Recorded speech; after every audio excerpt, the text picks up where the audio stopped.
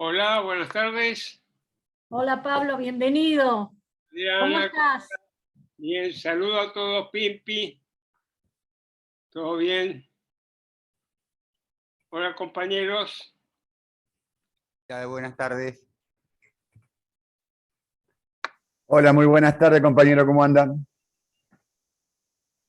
Pablo, ¿qué te parece si empezamos en unos 5 minutos? Así esperamos que se sumen algunos compañeros y compañeras más. Sí, sí, cómo no. De Dale. paso, aprovecho para tomar un cafecito. Dale.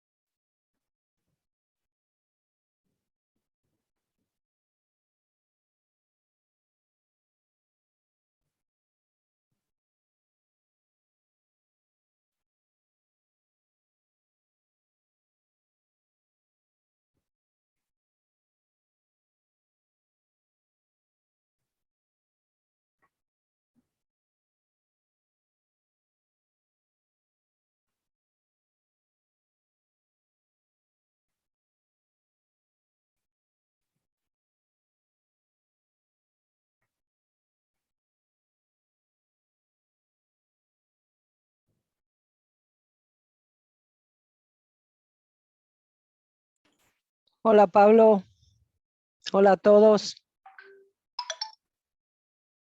Hola, Pimpi, ¿qué tal? ¿Cómo te va? Hola Pimpi. Hola, Pimpi.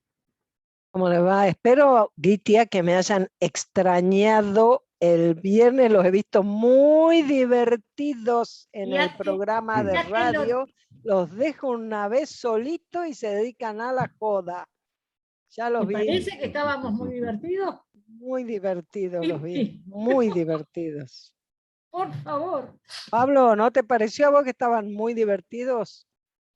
La verdad que me pareció que podría utilizar otro término, pero En fin, en fin. Yo no sé si fue divertido, digamos, precisamente fue muy fuerte el programa buen del programa, viernes. buen ¿Eh? programa, Buen programa, muy muy buen bueno. programa, muy bueno. Sí, sí, mucha Sí, sí, te sustancia. extrañamos, Pimpi, te extrañamos un montón, ya te lo dije. Ah, bueno, yo ya Ya te estaba lo dije, Pimpi, preocupada. ya te lo dije, escúchame. Bueno, en 4 minutos empezamos y 40 empezamos. Buenísimo. Muy bien. En aras de respetar los tiempos y a los compañeros y compañeras que han sido puntuales.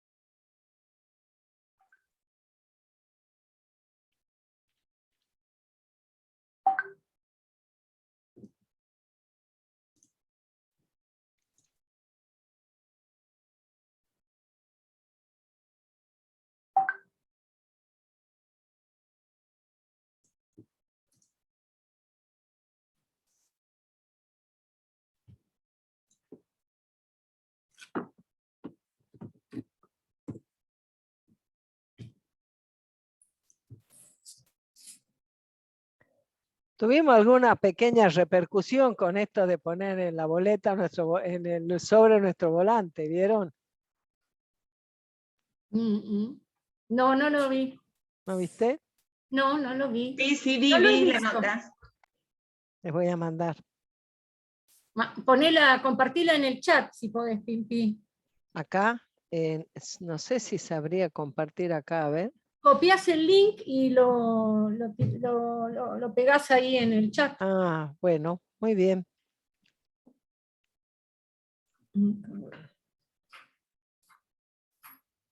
Bueno, mientras vos pegás el link, ya estaríamos por empezar. Hola, Nidia. Hola, ¿cómo están todos? Bien, Muy bien. Níquida. Bien. Buenísimo, qué gusto Muy verlos. bien. Estoy Ahí acá está, con mirá. Aureliano, lo muestro ahí a Aureliano que está mirando el teléfono. ¿Cómo ¿Cómo les va? va? Aureliano? Che, qué bueno, me diste una. Hola, Ah, no, para que le puse solo a un compañero, a ver. Ah, lo Yo la puse vi la como notita, privado. Yo la vi la nota, Pimpi, que ¿Viste? Ah, buenísimo. sacaron. Salió en Ahí- tres portales, en uno, en ese Trama Política, en Tax Noticia y en uno que se llama Gremios Online. Sí, Tal. Bueno, bien. Sí, está excelente. buenísimo. Bien, bien. Bueno, empezamos. Listo. Nos Voy a presentar, ustedes todas y todas conocen a nuestro querido compañero Pablo Chaliú, pero voy a hacer una breve presentación, muy breve, de su historia política, académica y empresarial, porque es un compañero integral.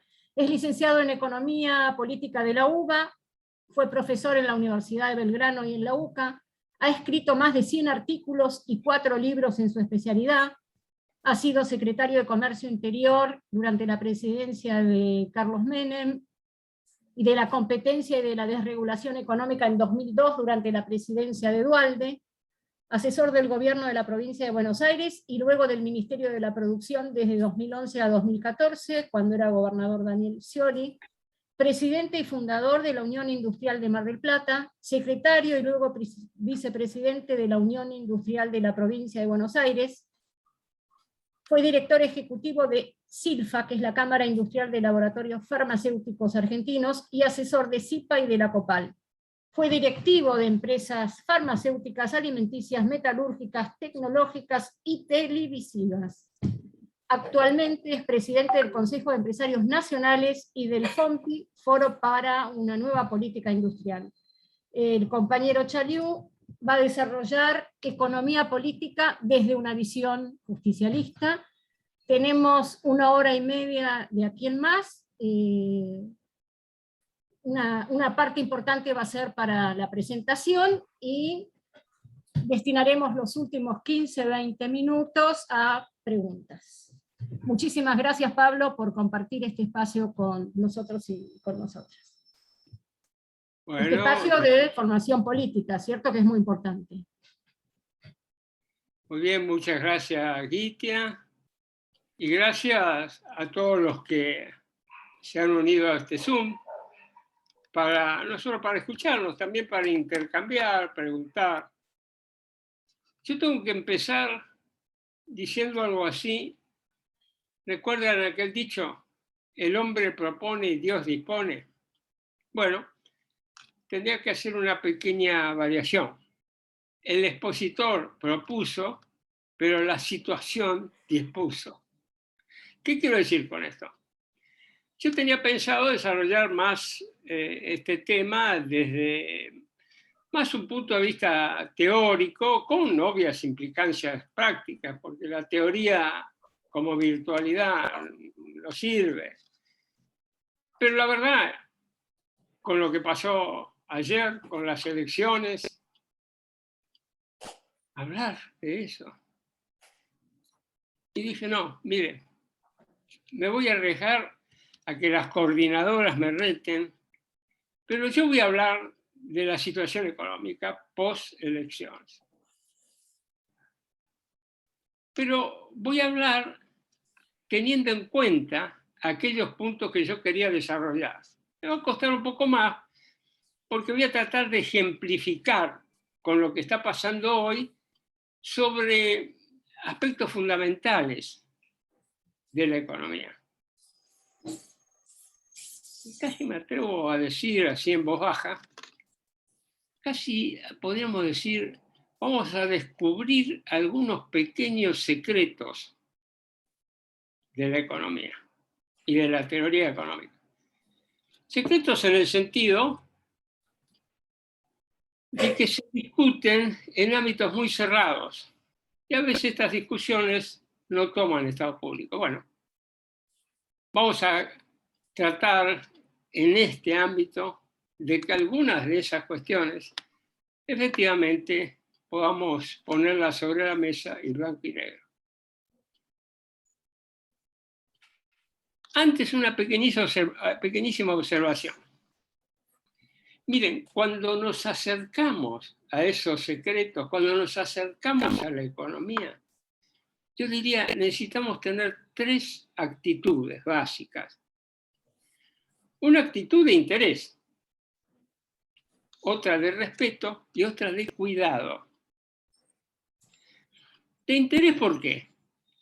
Porque las distintas teorías económicas conforman lo que vendría a ser un baúl amplio de herramientas a disposición de aquellos que tienen que hacer la política económica, por ejemplo. Bien utilizadas esas herramientas, bien utilizadas esas teorías, aunque sean disímiles, siempre alumbran un poco de la realidad. Bien utilizadas, bueno, más tarde o más temprano podemos llegar al objetivo.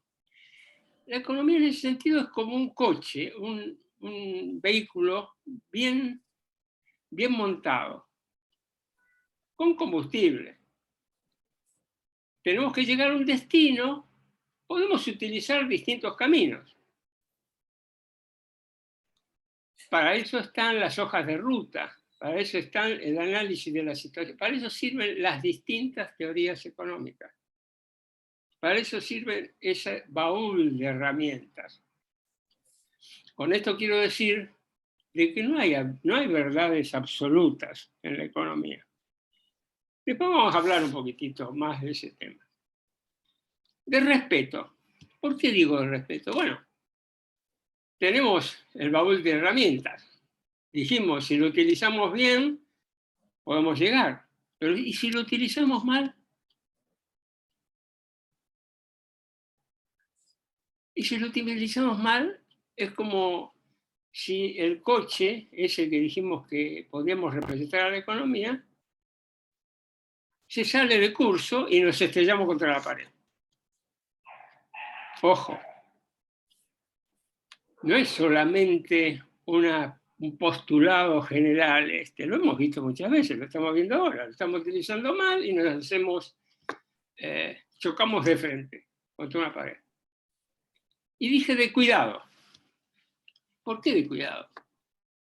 Porque así como hay distintas teorías económicas que uno puede utilizar de acuerdo al diagnóstico, a cómo ve la situación, las hojas de ruta, que a uno le parece mejor para llegar al objetivo, hay teorías que son erróneas. Así como la economía puede funcionar como un vehículo bien equipado que nos lleve al objetivo, también puede servir como un caballo de Troya. La economía y distintas teorías son elementos de dominación. Si uno no sabe distinguirlo, y bueno, vamos a llegar a tener desagradabilísimas sorpresas. Entonces, cuando vayamos a enfrentarnos a la economía, digamos, interés, respeto, cuidado. Veamos los 3 elementos. Bueno, y vamos ahora a la situación en que hemos desembocado después de las elecciones. Miren, en la apretadísima síntesis, a la crisis económica se le ha agregado ahora una crisis política. Una crisis política que está en el frente gobernante y una crisis política que está en el frente opositor. Y en conjunto determinan la crisis del sistema político argentino. El otro día, hablando con una persona muy razonable, el otro día, hoy mismo fue, me decía, bueno, pero esa crisis política tiene tiempo, se van a ir acomodando las fuerzas para el 2023. ¿No? Sí, puede ser. ¿Saben qué? La crisis económica no da ese tiempo. la crisis económica tiene tiempos muy distintos a la crisis política. Alguna vez lo señalé, lo hemos señalado, lo ha dicho también Guillermo Moreno, uno de los economistas más lúcidos, si no el más lúcido de lo que cuenta la República Argentina. Lo hemos dicho, miren, la política en determinados momentos puede hacer mucho por la economía, pero en determinados momentos, cuando estamos en una crisis terminal, la economía se vuelve tiránica y no da lugar para la voluntad política. Puede dar lugar para la equivocación política, con lo cual la crisis se agrava aún más. Bueno, esa crisis económica también fue caracterizada como nosotros, como una supercrisis, una crisis que une los elementos de la crisis del 89 con los elementos de la crisis del 2001. Esa crisis se inicia cuando Kicillof fue ministro de Economía. En aquel momento había un debate. Guillermo Moreno, de alguna manera, él materializaba la idea de que había que pasar de una política económica que solamente se basara en el consumo a una política económica que se basara en la producción y en el empleo. Pero al aparecer Kicillof siguió con la misma historia. Y bueno, eso desemboca en la devaluación y todo lo que ya sabemos. Pero eso fue el inicio de la crisis. Era una crisis suave, una crisis, permítanme el término, amigable. Cuando la crisis se hace realmente crisis, es con el gobierno de Macri. Ahí es donde la economía argentina muestra lo peor que puede mostrar la economía de un país.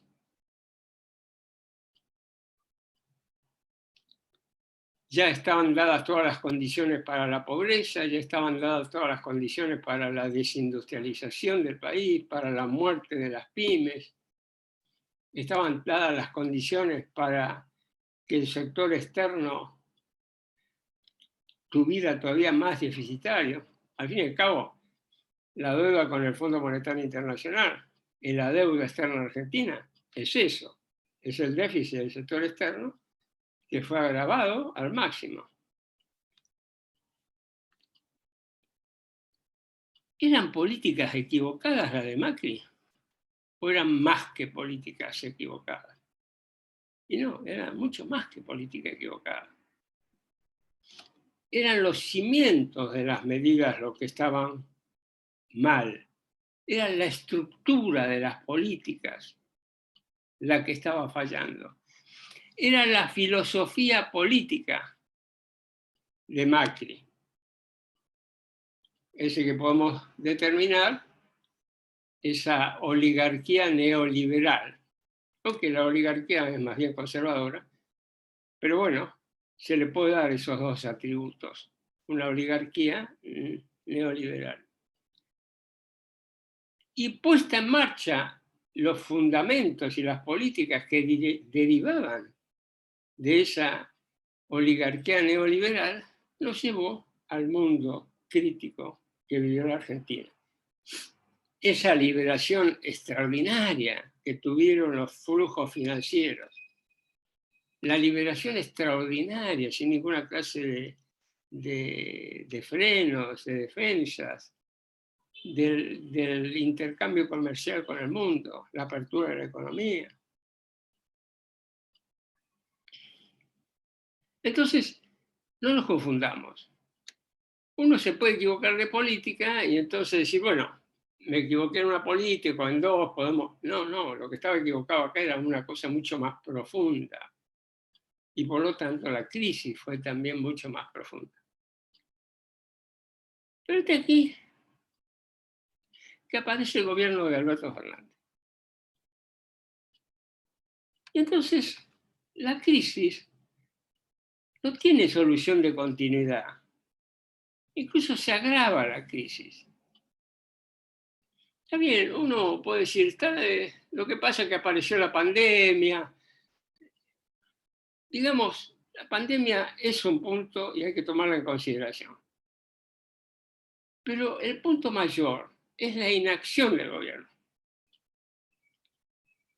Recordemos cuando decíamos a Alberto Fernández, le hace falta un plan económico. ¿Qué contestaba Alberto Fernández? El plan económico es secreto. ¿Cómo puede ser un plan económico secreto? Por favor. Y el plan económico es precisamente para dar las orientaciones a toda la economía, para que vaya en dirección a lo que el plan económico y la política económica es lo que sustenta. El mismo gobierno dijo, bueno, acá es decisivo cerrar con los fondos buitres y después con el Fondo Monetario. Y todavía estamos esperando. ¿Qué pasa con el Fondo Monetario? Todavía seguimos esperando. ¿Se dan cuenta? Parece que la espera no tiene costos. Enseguida voy a volver sobre eso. El resultado ha sido el agravamiento de la crisis. Uno puede argumentar, bueno, ya llegado al borde de las elecciones, no quisieron dar a conocer el plan económico, porque si daban a conocer el plan económico perdían las elecciones. En realidad, al no tener un plan económico, perdieron las elecciones. Perdieron las elecciones porque no tenían un plan económico. Esto se parece, miren, a un símil que nos va a dar por lo menos algún indicativo de enseñanza que me gustaría a mí dejar. Es como si estuviéramos en un vuelo. Vamos en dirección, digamos, a Jujuy. Y el piloto del vuelo y todos sus acompañantes empiezan a decir, bueno, pero antes de ir a Jujuy, vayamos hacia el sur, a ver si llegamos a Chubut. Pero después de un tiempo, no, vayamos primero por Mendoza. Y si nos desviamos un poquitito, podemos pasar por Córdoba. Yo les pregunto, ¿cuál sería el estado de ánimo del pasaje? El pasaje somos todos nosotros, que estamos en el avión y está ahí el presidente. ¿Cuál sería el estado de ánimo? ¿Cómo nos sentiríamos con alguien que de repente cambia para un lado y no sabemos si va hacia el norte, si va hacia el sur? Fíjense, una cosa muy interesante. Mientras el avión tenga combustible, puede seguir dando vueltas. Pero cuando se le empieza a acabar el combustible, no tiene más remedio que aterrizar donde pueda. Y este es un símil. La política tiene muchas posibilidades. Puede utilizar estos instrumentos que hablamos, puede imaginarse recetas, puede imaginarse hojas de ruta que vayan por un lado, que vayan por el otro. Puede hacer todo eso. ¿Hasta cuándo? Hasta que se le vaya acabando el combustible. Hasta que la economía con su crisis se hace tiránica. Y cuando se hace tiránica la economía, ya no hay nada que ver. La política solo tiene que o aceptar lo que esa crisis demanda, o tiene que hacer y llegar a la política que tiene que llegar.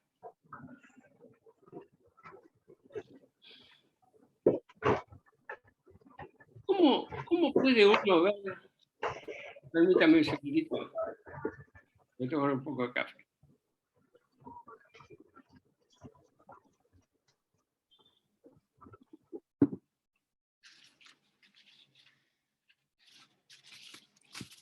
¿Qué posibilidades hay ante esta situación de que haya una salida a la crisis? A ver, en esta época de negacionismo, sino como llamamos nosotros un presidente que dice que va a brindar por el triunfo. Que yo sepa, perdió frente a todo. Y la oposición, que celebraba como si hubiera encontrado el maná del cielo, cuando en realidad estaba esperando una derrota mucho más grande de frente a todo. Entonces ven que hay un negacionismo. En este momento de negacionismo es importante volver a decir: Argentina está frente a una crisis inédita. Y está frente a una crisis inédita porque acá se superponen dos crisis, la del sector externo y la del déficit, o sea, del sector público. Pero además, está en una crisis inédita porque así como las bases filosóficas de la política de Macri estaban ahí, el problema estaba en esas bases filosóficas. Hoy también el problema mayor, mayúsculo, está en las bases filosóficas de las políticas del gobierno de Alberto Fernández. ¿Y cuáles son esas bases? La socialdemocracia y el posmodernismo. Déjenme decirles algún comentario sobre esto. La socialdemocracia se ocupa de la justicia social. Tiene una diferenciación entonces muy importante del esquema oligárquico de Macri, que terminó duplicando el precio de los alimentos. Él se ocupa de la justicia social. Pero cuando la justicia social se convierte en el único objetivo, y cuando no tiene una base de producción y empleo, no consigue sus objetivos. Aun cuando uno declame: yo voy a buscar la justicia social, si no tiene esa base de producción, esa base de empleo, esa base de inversión, no se consigue el objetivo de justicia social. Entonces, ahí tenemos una de las raíces de los problemas económicos, que como la mala raíz de los dientes hay que extirpar. Y la otra es el posmodernismo. Miren, cuando uno, es evidente que el presidente y miembros de su gabinete aportan a esa filosofía, al posmodernismo. Lo dijo mismo Cafiero cuando era ministro coordinador. Cuando uno quiere aplicar el posmodernismo a la economía, les puedo garantizar que se arma un lío espectacular. El posmodernismo parte de suponer que no hay una verdad, sino que hay muchas verdades. Eso justifica, por ejemplo, cómo puede ser posible que el gobierno diga que la economía anda bien en la Argentina y que se están haciendo muchas cosas y que va mejorando, etcétera, etcétera. Es la verdad del gobierno. Ahora, cuando uno habla de economía, está hablando de realidades muy concretas. ¿Qué es la economía? La economía es: ¿cuánto dinero tiene usted en el bolsillo? ¿Le alcanza para llegar a fin de mes? Pongamos que usted hace las cuentas, dice: lo que yo gano, lo que tengo que gastar, no me alcanza. Entonces viene una persona y dice: mío, ese es su parecer. En realidad es diferente. Yo pienso diferente que usted. Y usted lo mira y dice: flaco, soy yo el que tengo que gastar la plata y no me alcanza la plata. Si hay un empresario que quiere invertir o quiere cambiar una máquina, tiene que arreglar una máquina y no encuentra las divisas necesarias o no encuentra los créditos necesarios, ¿usted qué le dice al empresario? No, mire, quédese tranquilo porque se puede pensar de otra manera. ¿Y de qué otra manera se puede pensar? Entonces, la economía es el reino de las realidades concretas. Y acá el posmodernismo como filosofía, si uno lo quiere aplicar a otros lados, bueno, yo qué sé, que haga lo que quiera, pero es inadmisible que se aplique esto cuando uno analiza la economía. Porque les vuelvo a repetir, la economía son elementos concretos, tangibles. Tiene que ver con el balance de cada uno, tiene que ver con el dinero que le entra, si tiene un empleo o no tiene un empleo, si trabaja 8 horas diarias o trabaja 2 horas diarias, si tiene que hacer changa, todo eso es concreto. Ahí no entran diferentes verdades. Es una sola verdad, es la que impone la realidad. Entonces, ¿qué posibilidad hay de que estas dos raíces que explican no ya algún tipo de política equivocada, es mucho más profundo? Estos dos cimientos de las políticas, la socialdemocracia y el posmodernismo, ¿qué posibilidad hay que el gobierno las haga desaparecer? Porque si sigue con ese tipo, entonces no vamos a encontrar una solución nacional.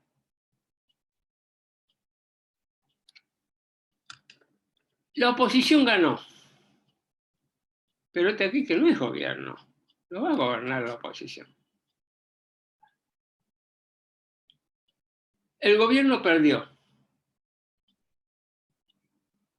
Es un gobierno más débil. Es un gobierno con menos credibilidad. ¿Estamos mejor o estamos peor que antes de las elecciones? Estamos peor. Ahora, fíjense, se dice, y el gobierno dice, el presidente dice, vamos a buscar consenso para hacer un plan.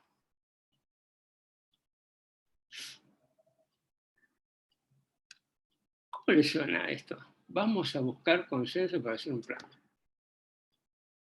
¿Ustedes creen que se puede llegar a un consenso entre trabajadores, empresarios, el sector agropecuario, el sector financiero, la fuerza de la oposición? Imaginémonos un minutito y digamos, bueno, vamos a llamar una asamblea con todos estos señores, muy bueno, entonces vamos a ver, vamos a dividirlo por comisiones.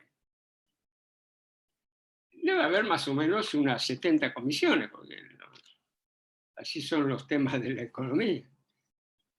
¿Ustedes creen que se puede llegar a un consenso a través de esta metodología? Mire, ahí hay otro error de base. Es el plan el que tiene que generar consenso. No es los consensos lo que van a generar el plan. Es increíble. Es el plan. ¿Y quién tiene que formular el plan? El gobierno nacional. Nuestro presidente tiene un problema con Cristina de Kirchner, con Massa, o alguien, yo qué sé. Un ministro no le da pelota, hablando mal y pronto. Señores, la institucionalidad requiere que el presidente haga esto. Y si no puede hacerlo, pues se tiene que ir. Miren qué duro es, pero es así. Entonces, ¿es posible que el plan salga del consenso? No va a salir del consenso. Va a ser una pérdida de tiempo total. Lo que va a ser peor es que, de nuevo, la demora no es gratis. La demora en establecer un plan le costó a este gobierno las elecciones. Es al revés de lo que estaba planteado. ¿Es posible que este gobierno tire por la borda su socialdemocracia y su posmodernismo? Muy difícil. Bueno, habrá escenarios políticos. Guillermo plantea un escenario muy coherente. Algunos otros ya lo están planteando, para ir hacia la verdadera solución. La verdadera solución es un gobierno peronista con un plan económico basado en la doctrina peronista. ¿Cuál es la otra posibilidad? Que el plan lo dicte el Fondo Monetario Internacional. Y yo creo que hay sectores en la economía empresaria, en la financiera, que están pensando eso. O sea, todas estas dilaciones, la incapacidad del gobierno para establecer un plan, va a terminar que el gobierno mande, como dice al Congreso, el plan económico que le dicte el Fondo Monetario Internacional.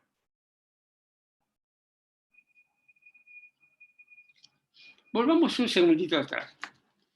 ¿Por qué el gobierno pensó que si él daba a conocer su plan, iba a perder las elecciones? Cuando en realidad pasó todo al revés. Porque el equipo económico tiene la misma ideología que los funcionarios del fondo. Miren, en la década del 70 nosotros discutíamos sobre lo que eran los planes recesivos de ajuste o los planes expansivos de ajuste. Los planes recesivos de ajuste están materializados en el Fondo Monetario Internacional. Baja del gasto público, aumento de impuestos, las leyes laborales, el aumento del desempleo, todo para equilibrar el sector público y para equilibrar la balanza de pagos. Pero básicamente, el sector público, para que el sector público se haga del dinero suficiente para comprarle las divisas al Banco Central y pagarle la deuda al Fondo Monetario Internacional.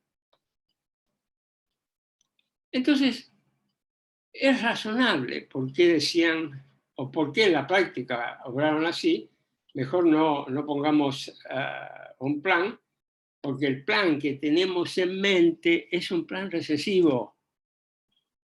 ¿Cuál es la diferencia entre el equipo económico y el Fondo Monetario Internacional? Que lo más probable es que el Fondo Monetario sea más recesivo que lo que tenía en mente Guzmán y compañía. Pero los dos tenían un plan recesivo. Entonces, ¿qué se puede esperar si el gobierno manda al Congreso un plan del Fondo Monetario Internacional? Agravar la situación económica, pero también y mucho más agravar la situación social.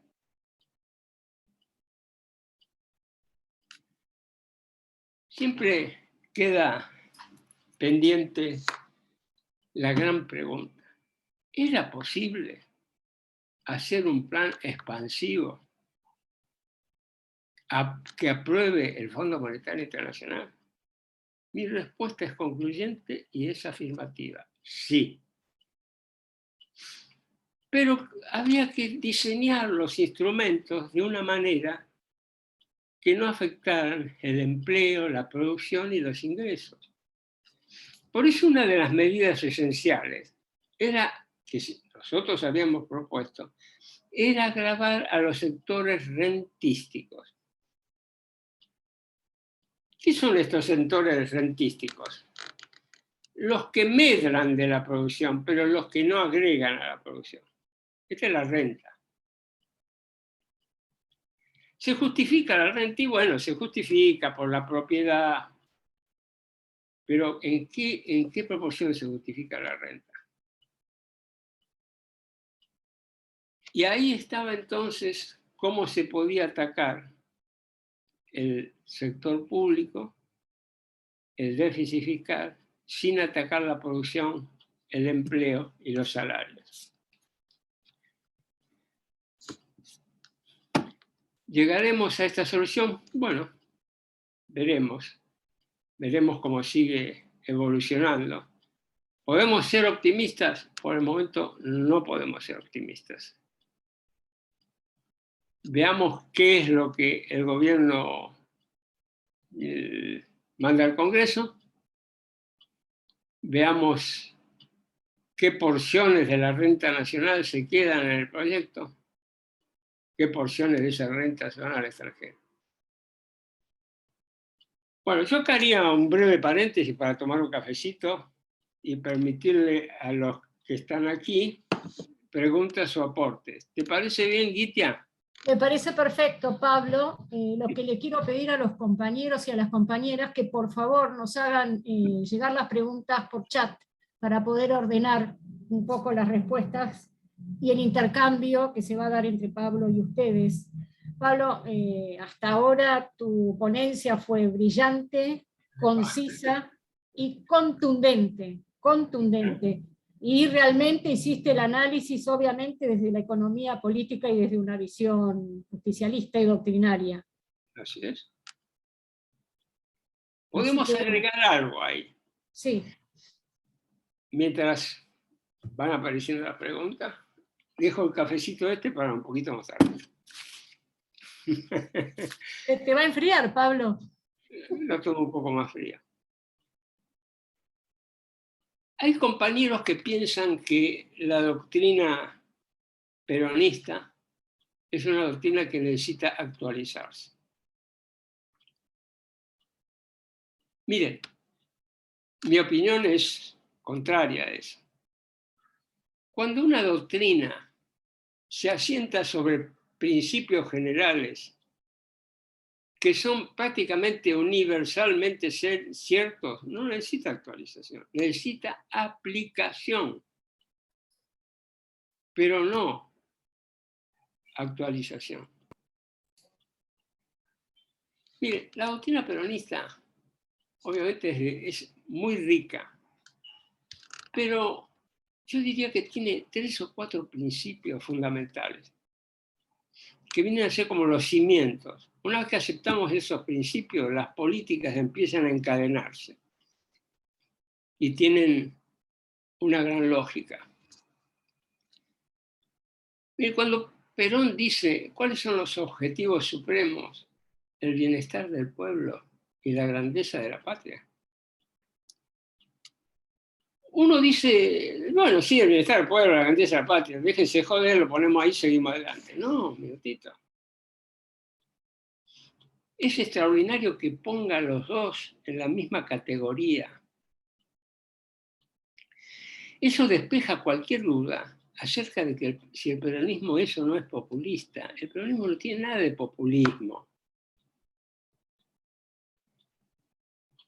Sí el bienestar del pueblo, sí la justicia social, digamos, el bienestar del pueblo, porque el bienestar del pueblo es más que material, es espiritual también. Ojo con eso. Sí el bienestar del pueblo, pero sin que se afecte la grandeza de la patria. Sí a la grandeza de la patria, sin que se afecte el bienestar del pueblo. Miren qué interesante el interjuego, cómo le van poniendo límites. Y va poniendo límites al hacedor de las políticas, que tienen que pasar por el tamiz, como si fuera un sedazo, de los otros 3 principios básicos. La justicia social, la independencia económica y la soberanía política. Es como si uno dijera, un minutito, vamos a tomar examen a las políticas. Y la pasara por el sedazo. Estas políticas responden a esa configuración primaria. Todavía faltan 2 o 3 principios más. Pero no sirven solo para juzgar, sirven para el hacedor de las políticas. El que hace las políticas, si tiene internalizado estos elementos, va saliendo las políticas. A veces hablamos con Guillermo y, digamos, no necesitamos hablar demasiado sobre las políticas, porque, claro, como tenemos tan incorporada la doctrina, es como si estuviéramos los dos tocando en la misma orquesta, con la misma partitura, sin necesidad de consultar. Luego la comunidad organizada. Extraordinario, ¿no? No es la lucha de clases, es la comunidad organizada. Es la conciliación de los intereses de las clases. Es el acuerdo. Y luego la tercera posición, que la podemos aplicar en muchísimos elementos. no somos ni neoliberales ni marxistas, pero tampoco somos ni tampoco socialdemócratas. Somos nacionalistas de inclusión. En fin, el plan que va a sacar a Argentina de esta crisis, sin los costos extraordinarios que puede tener un plan de ajuste, es un plan que se edifica sobre los principios peronistas, de la doctrina peronista. Bueno, Gracias, Pablo. Espectacular. Hablaste de los cimientos sobre los cuales hay que construir una política económica y las políticas públicas en general, pero además hablaste del tamiz sobre el que hay que pasar cuando analizamos las políticas que llevan otros adelante desde otra filosofía política y económica. Bueno, hay unas cuantas preguntas, Pablo. Empiezo por la de Roberto. Muy comprometidas. Que dice si podés caracterizar con más detalle la categoría de plan de ajuste expansivo. A ver, veamos primero qué es el recesivo. El recesivo es directo. Decimos, bueno, bajemos el gasto público, aumentemos los impuestos a quien sea, bajemos los beneficios sociales. Eso provoca una recesión. Muy bien. Aumentemos la tasa de interés. Eso es recesivo. Ahora, el expansivo. Tenemos que equilibrar el sector público y tenemos que equilibrar el sector externo. Pero lo tenemos que equilibrar de una manera que no sea recesivo. ¿Cómo lo logramos? Muy bien. Vayamos al impuesto a los sectores rentísticos. La pregunta es, ¿eso afecta la actividad económica, la producción y el empleo? No, no afecta. No lo afecta. Los sectores rentísticos es lo que estamos diciendo. Son aquellos que logran un ingreso extraordinario, no por su contribución a la producción, sino por una posición privilegiada dentro del sistema económico. Entonces ya ven ustedes. Vamos, ese es un punto donde va a aparecer recursos fiscales para equilibrar el sector público. ¿De dónde sale el resto de los recursos? De la mayor actividad económica.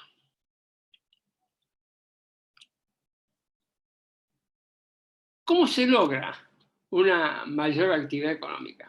A través de un plan integral que ataque la inflación, que tenga como objetivos atacar la inflación, que tenga como objetivos estimular el crecimiento económico.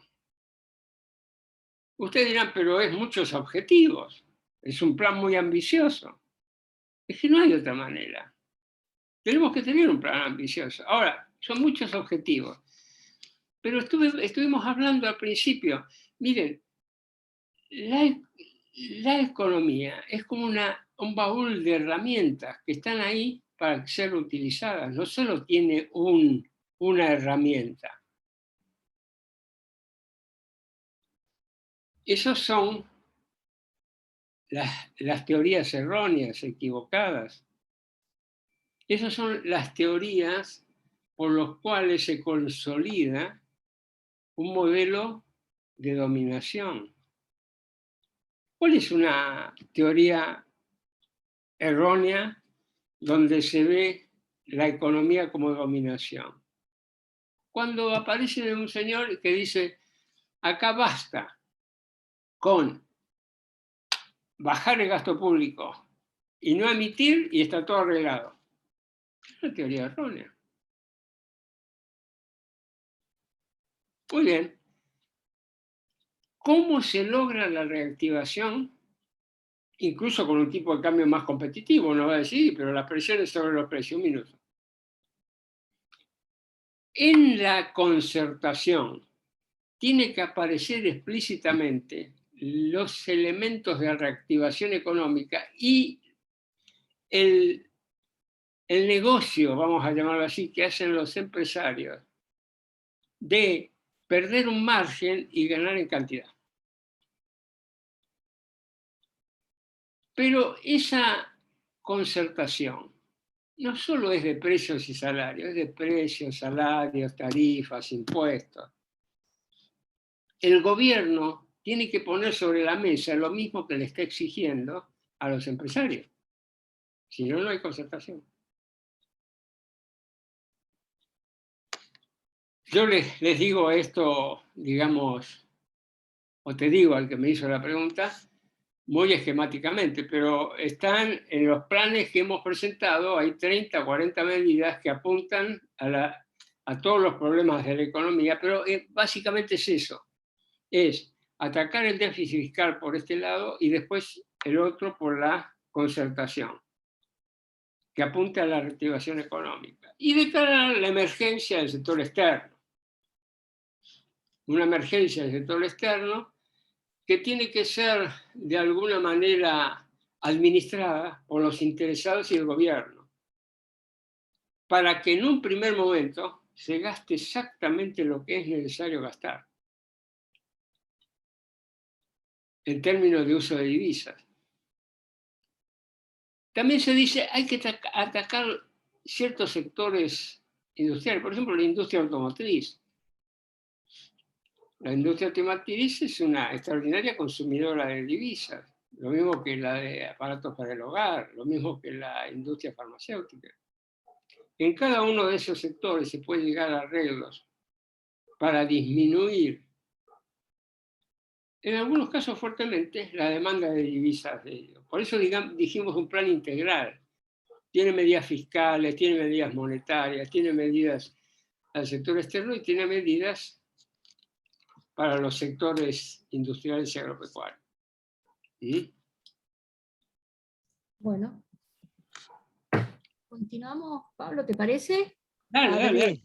Adri, Sí. yo creo que vos debías leer varias de las consultas, porque son muchas, y si vas una por una y contestando, me parece que no vamos a llegar. Son muchas las cosas que los compañeros han preguntado. Tal vez si vos le lees todas, Pablo puede ordenar cómo las agrupa para una respuesta. Sí, o prepararse no, para otra hora de exposición, en fin. no, digo, no sé si todas, pero voy a plantearte los temas, los ejes de las preguntas. A ver.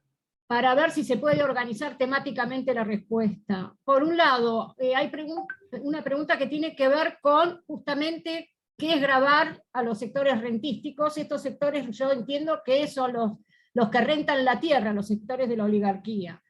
¿Qué pasa con las reservas del Banco Central? Diferencias entre política económica justicialista y política económica desarrollista. ¿Qué medidas se tendrían que haber tomado en 2012-2013 para cambiar el sesgo del consumo a la producción? Adri, también está la pregunta respecto si, así como se habla de un impuesto a la renta de las propiedades en la pampa húmeda, hay que pensar algo respecto a los alquileres urbanos. Hay una pregunta ahí.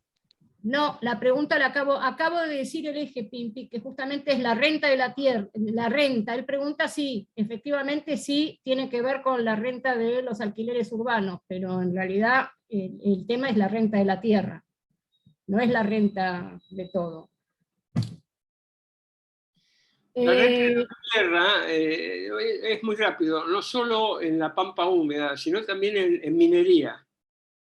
Ajá. Y en energía.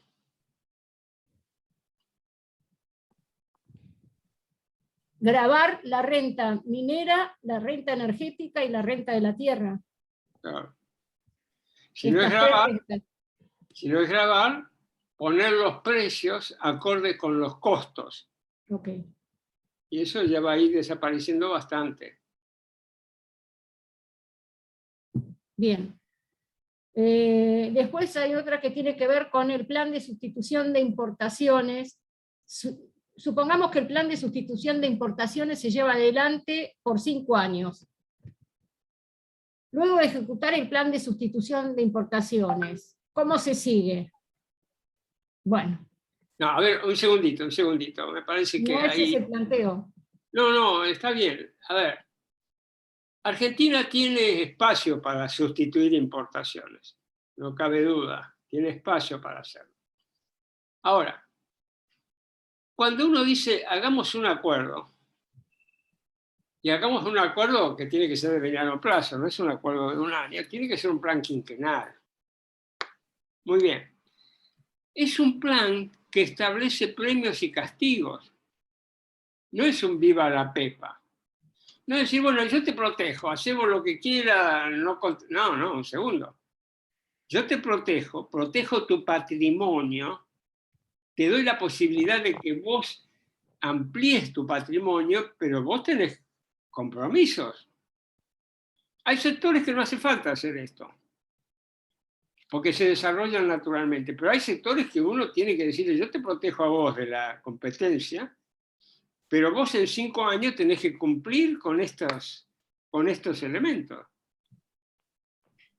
O sea, de alguna manera hay que brindar elementos para el fuerte aumento de la productividad de esos sectores. Y eso va a estar puesto en los planes sectoriales. Entonces, sustitución de importaciones, sí. Protección a la industria local o a los sectores nacionales también.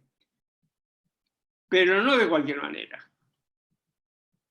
En el plan va a haber beneficio, pero también va a haber costos. O sea, esos sectores van a tener que entrar rápidamente en un proceso de reconversión que los haga competitivos, de tal manera que los niveles de protección puedan ir bajando con el tiempo. ¿Continúo, Pablo? ¿O... Dale. Perdón. No, perdón, no, al contrario, digamos que agradecemos cómo vas esclareciendo. Después hay preguntas que están vinculadas a la política del gobierno, la no política del gobierno, por decirlo de alguna manera, si la inacción ha sido intencional, qué ocurre cuando se demora en la propuesta del plan. Después hay preguntas nuevamente que tienen que ver con esto, de una política económica orientada hacia la demanda y qué implicaría cambiarla por una política económica orientada hacia la producción y a la oferta. A ver, vamos a ver el tema de la demora. Vamos a explicar un poco más el tema de la demora. Todos nosotros actuamos de acuerdo a lo que conocemos y a lo que esperamos, a las expectativas. Si yo les digo a ustedes, mire, mañana el gobierno devalúa un 100%, ¿ustedes qué hacen? ¿Están disparando más dólares a comprar? No sé, alguna cosa van a hacer. Si yo no le digo nada de cómo va a ser el futuro de la política económica, ¿qué pasa con la economía? Se desordena. Cada uno trata de tomar la mayor cantidad de precauciones posible, porque no sabe qué va a hacer el gobierno. No sabe si el gobierno va a agarrar para la izquierda, para la derecha, si va a firmar con el Fondo Monetario Internacional, si va a devaluar, no va a devaluar, si va a aumentar los salarios, si va a seguir deprimiendo las jubilaciones. Pero la economía se desordena y eso tiene un costo extraordinario. Porque en vez de llamar a todos para encolumnarnos a través de un plan que tiene sus objetivos claros y compartidos, estamos diciendo que cada cual haga lo que pueda para salvarse. Ese es el costo. Y es un costo grandísimo, ¿eh? No es un costo menor. O uno dice, bueno, el gobierno demoró para ganarse 1.200 millones de dólares anuales para no pagar intereses de sobrecarga y todo lo demás. Lo que está perdiendo con la demora son 5.000, 6.000, 7.000 millones de dólares anuales. ¿Por qué la demora?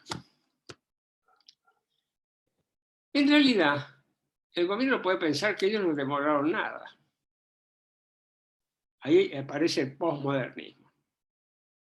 Dice, pero miren, si nosotros hicimos todo lo posible para la gente de menores recursos, le estamos dando plata, subsidios, que esto, que aquello. Parece que no sientan que han demorado. Entonces, la verdad, ellos pueden pensar eso, pero la realidad se impone después. Como es el caso de ahora. El caso de ahora, no tuvieron más remedio que decir, vamos a mandar un plan plurianual que nadie conoce, pero que todos sospechamos está redactado por el Fondo Monetario Internacional al Congreso. No sé si quedó esa pregunta. Sí. Después hay reflexiones sobre lo que vos planteaste de la actuación doctrinaria, ¿sí? La reactualización doctrinaria, ¿sí? Algunos dicen que si en realidad quiero cambiarla es porque quiero que desaparezca, porque le quito el contenido sostenido en los principios. Hay preguntas que tienen que ver con los mecanismos por los cuales el presidente Macri endeuda con un simple DNU ante el Fondo Monetario, y si podés explicar quiénes son las instituciones o personas que hacen que el dólar vaya para un lado, vaya para el otro, sube y baje, o cuáles son las multicausalidades para que fluctúe. Te sigo diciendo... A ver, el dólar. Miren.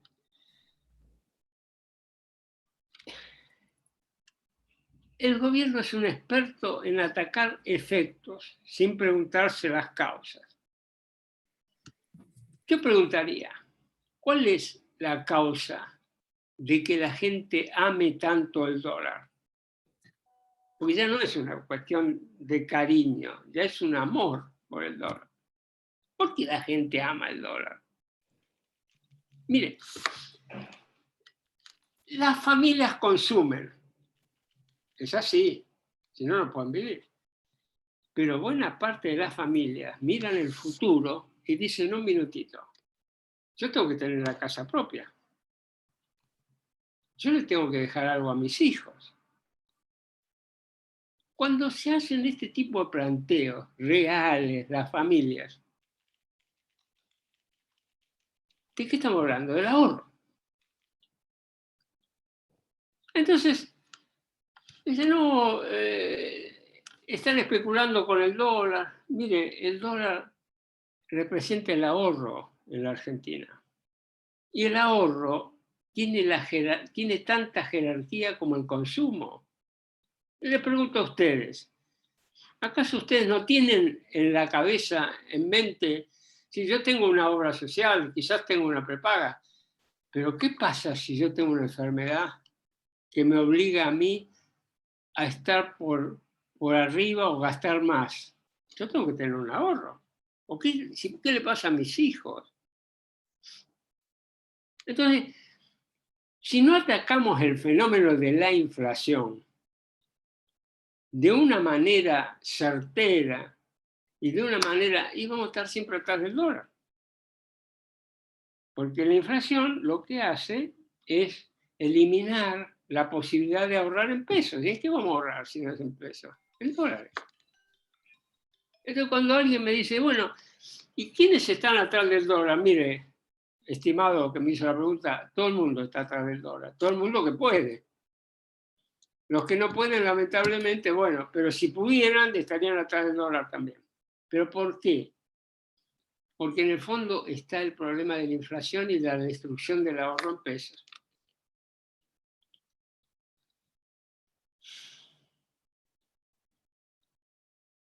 Continúo.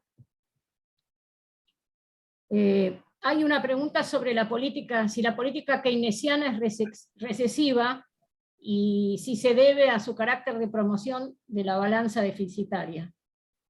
Después, A ver, hay una... la política keynesiana no es recesiva, es expansiva, pero encuentra límites rápidamente.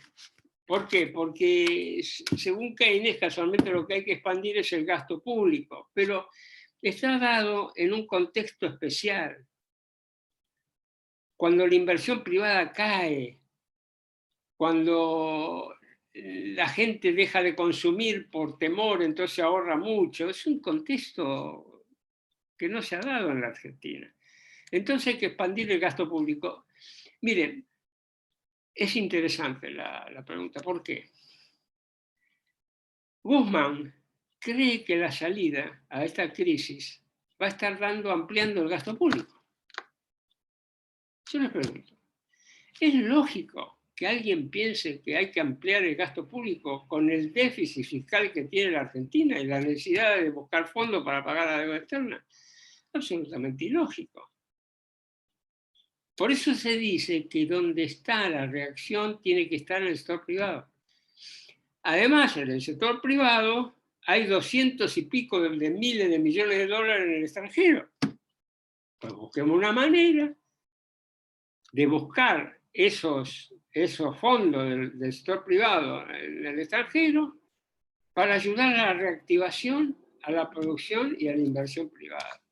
Pero es realmente de poco sentido común que cuando tenemos un problema, que decir, hay que solucionar el problema del déficit fiscal porque no nos quiere financiar nadie, alguien diga, bueno, hay que ampliar el gasto público.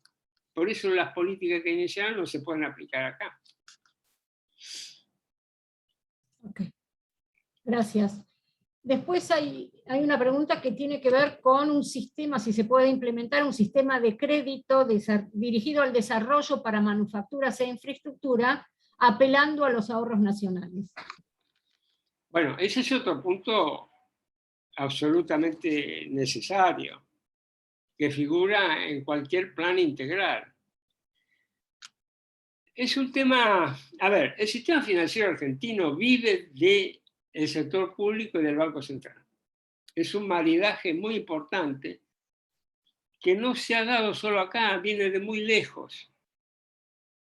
Entonces, el sector financiero, en vez de tomar el ahorro para financiar la producción, la inversión, el empleo, lo toma para financiar la ruleta de los bonos estatales.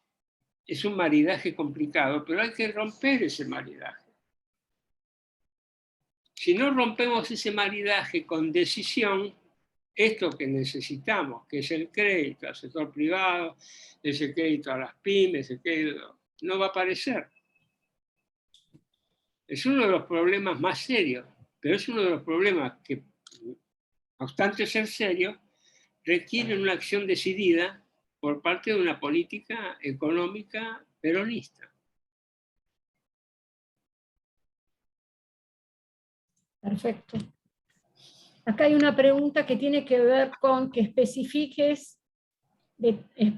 la ley de patentes, la nueva ley fiscal y el impuesto a la renta de la pampa húmeda en cantidad de hectáreas. Mucha especificación, Pablo. ¿Sigo? Para que Eso ya es entrar a la práctica.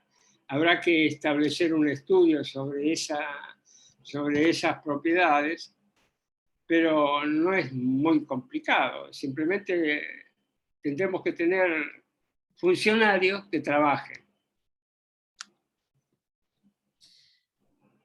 Acá preguntan sobre la diferencia entre justicialismo y desarrollismo. Reiteran esa pregunta. A ver, el desarrollismo ha tenido puntos de contacto con la doctrina justicialista. De hecho, los desarrollistas han sido socios muchas veces del peronismo. ¿Cuál es la diferencia? La diferencia es que el desarrollismo, con todas las cosas buenas que ofrece, es un sistema desequilibrado. Es un sistema que apuesta decididamente al desarrollo industrial, al desarrollo de las industrias básicas, a la protección. El justicialismo puede tomar parte de eso, y de hecho lo ha tomado, parte de esos elementos. Pero a veces cuando se protege demasiado, o a veces cuando la mayoría de los instrumentos de política económica se dedican, digamos, al desarrollo de estas industrias, pueden aparecer desequilibrios en las políticas sociales, o pueden aparecer desequilibrios digamos, en el resto de los sectores industriales. Por eso tiene que haber un equilibrio entre los beneficios que se dan a las nuevas inversiones incluso de desarrollo básico, tiene que haber un equilibrio con eso y un equilibrio con los precios que están dirigidos al resto. Por ejemplo, uno de los problemas que tiene la economía argentina es que los productores de insumos básicos están monopolizados o muy oligopolizados. Tenemos la petroquímica, tenemos el acero, tenemos la energía. Ahora, al estar monopolizados o oligopolizados, los precios son más altos que los que podrían ser. ¿Quién termina pagando? El resto del sector industrial. Hay muchas pymes que no están en competencia porque tienen que pagar sus insumos básicos a un precio muy superior al que los paga su competencia en otros países. Entonces, acá tiene que haber un equilibrio entre los incentivos y tomar en cuenta las repercusiones de lo que hace uno en un sector sobre el resto de la economía. Tenemos muchos puntos de contacto con el desarrollismo, pero ofrecemos una visión mucho más equilibrada de los instrumentos de política económica. Perfecto. Gracias, Pablo, por responder estas diferencias. Y hay otro compañero que refiere a las retenciones a la soja, dice que por qué no se aplican en Chaco, por ejemplo. ¿En dónde? En Chaco. Habría que preguntarle Claro, a los a Capitanía. Sí. No, pero ahí hay un criterio. Hay un criterio que es poner las retenciones de acuerdo a la productividad de la tierra. Si, por ejemplo, uno le puede poner una retención muy alta a la pampa húmeda, pero si le pone al Chaco, lo saca de mercado al Chaco. Eso se soluciona con el impuesto a la renta, porque se le pone la retención, pero al mismo tiempo se grava al impuesto al sector rentístico y eso baja el costo del productor.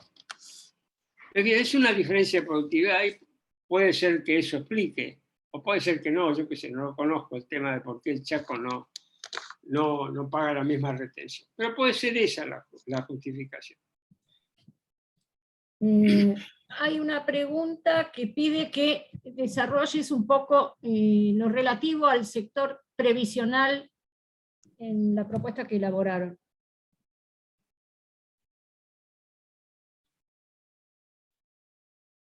La jubilación no puede ser más variable de ajuste.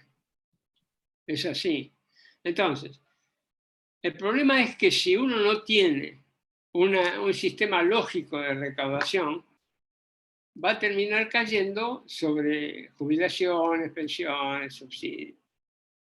Ahora, cuando uno tiene un sistema lógico de recaudación y esa recaudación le da lo que el Estado necesite, las jubilaciones tienen que estar de acuerdo a lo que verdaderamente corresponde. Nuestra propuesta es que las jubilaciones no pueden ser de ninguna manera la variable de ajuste del sector público. Perfecto. Y finalmente hay una pregunta sobre historia económica.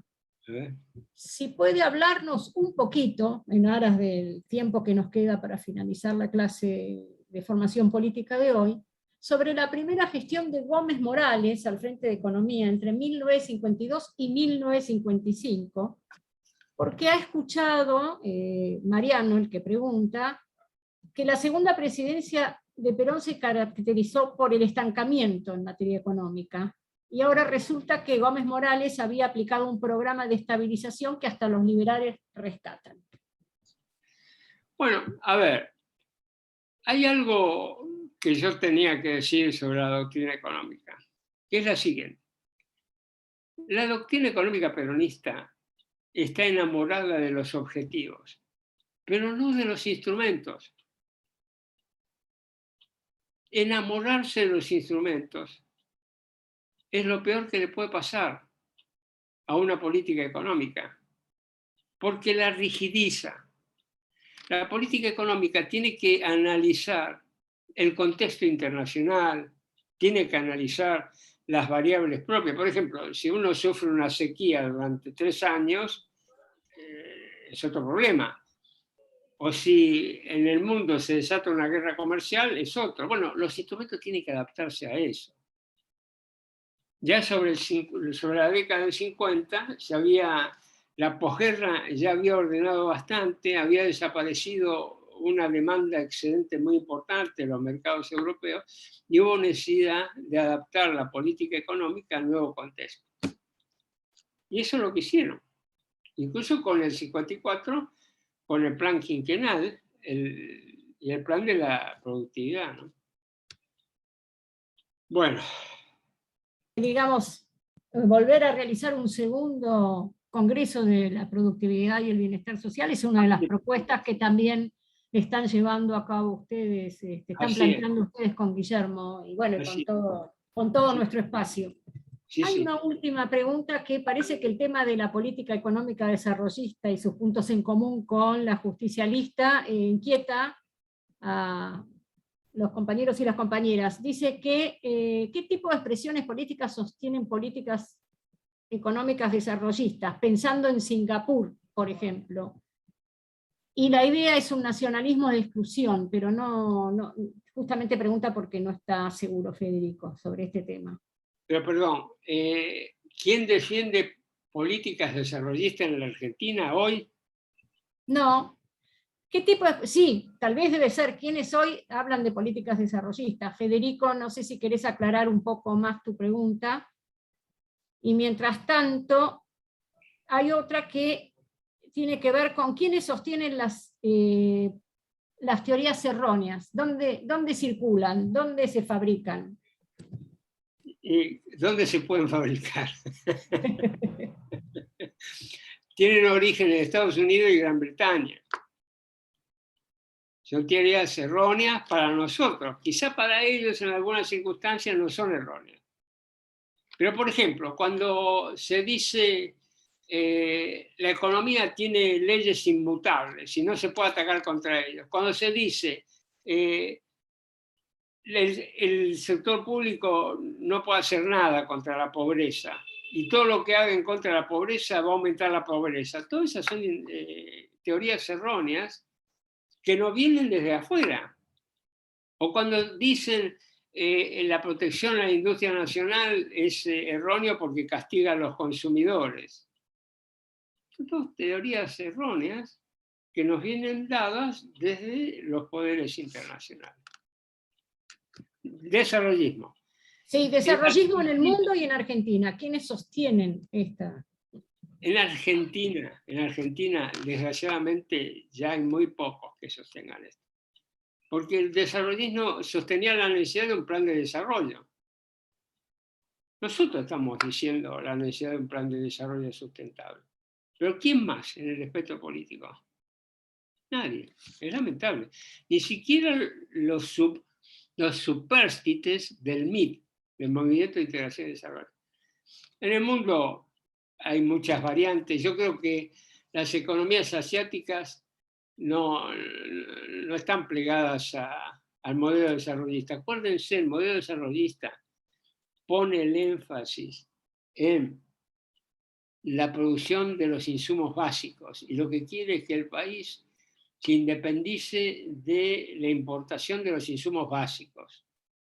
Acero, energía, petroquímica. En realidad muchos de esos fueron, digamos, incentivados en el gobierno de Frondizi. Tuvieron origen en el aluminio, en los gobiernos militares, porque se pensaban que eran industrias necesarias para la defensa.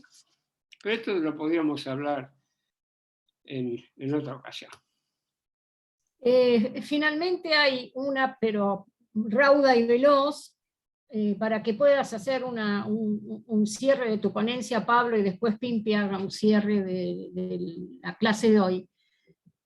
Pide una caracterización, ¿desde qué modelo se puede caracterizar a los países más importantes del mundo en materia económica? ¿Qué modelos estarían sosteniendo? Los más importantes.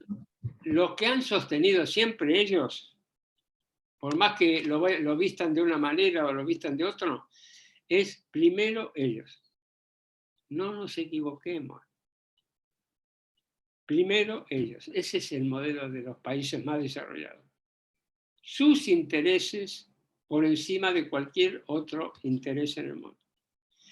Y las teorías que muchas veces respaldan son teorías apropiadas a este objetivo que tienen ellos. Ese es el modelo de los países más desarrollados. ¿Querés hacer, por favor, Pablo, un cierre sobre tu ponencia y el intercambio con los compañeros y compañeras? Sí, el cierre es muchas gracias, que tengan buena noche. Espero que hayan incorporado. Vamos a escuchar a Pimpi un rato. Dale. Muchísimas gracias, Pablo. Muchísimas gracias. Realmente ha sido un aporte fundamental para nuestra formación política desde el punto de vista económico. Pimpilla. Bueno, millones de gracias, Pablo, como siempre. Tu claridad de exposición, los conceptos hacen que uno crea que es cierto eso, y que cuando hacen la economía tan difícil es porque no quieren que uno entienda. Y además esta última ya me encantó. ¿Cuál es el modelo? El modelo es primero yo, siempre yo. Está clarísimo.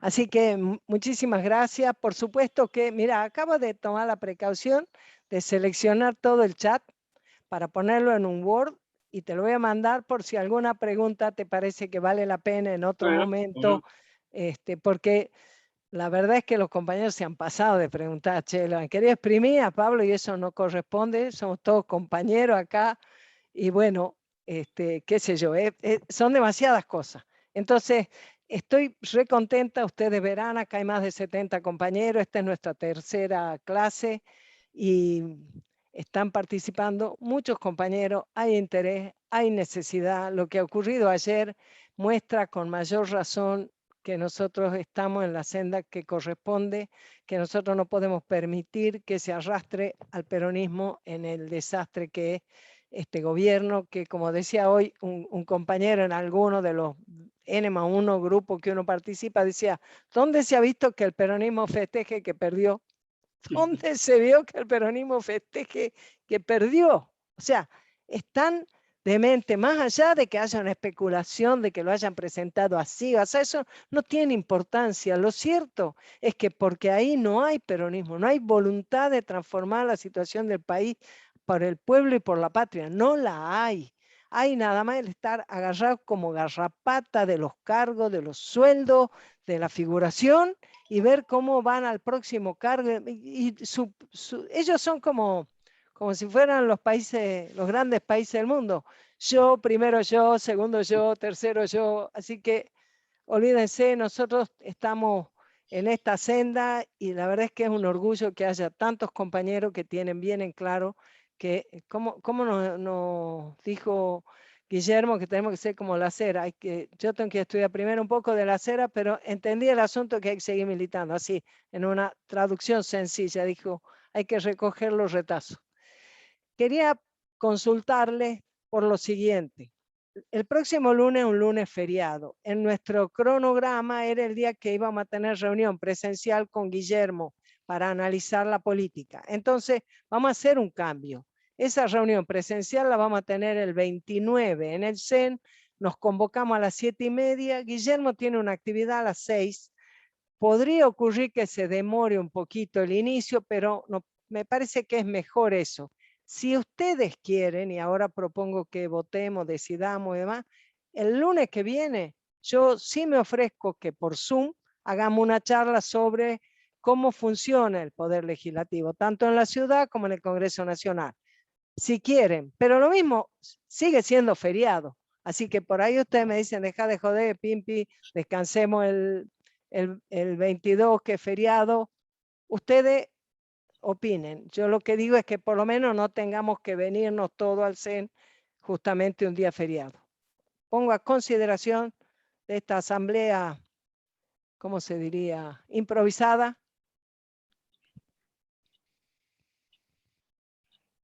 No escucho.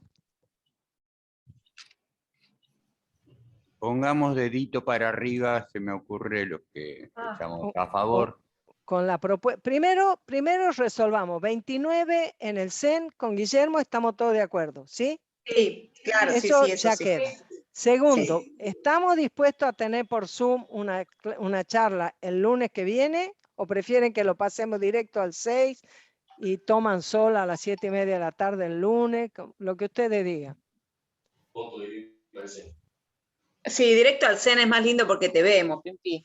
No, porque en el CEN vamos a estar con Guillermo. Sí, ahí nos vamos a ver, pero la charla que yo dé la voy a No, pero hacer el por 6, Zoom. digo, la tuya también es por No, Zoom. yo no tengo problema de hacerla presencial, pero el esquema que hemos adoptado es que hacemos una por mes presencial para facilitar. Mira, acá hay compañeros de Neuquén, de Entre Ríos, de creo que de Mendoza, de un montón de lugares. Está re preciosa la participación de los compañeros acá, que no están en la capital y no van a venir. Ese día que hacemos la charla con Guillermo, nos vamos a ocupar de que se pueda transmitir también.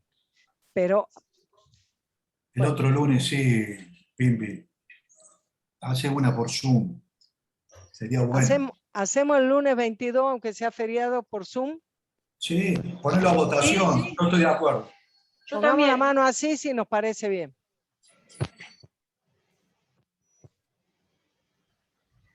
Yo no tengo cámara, así que digo que sí.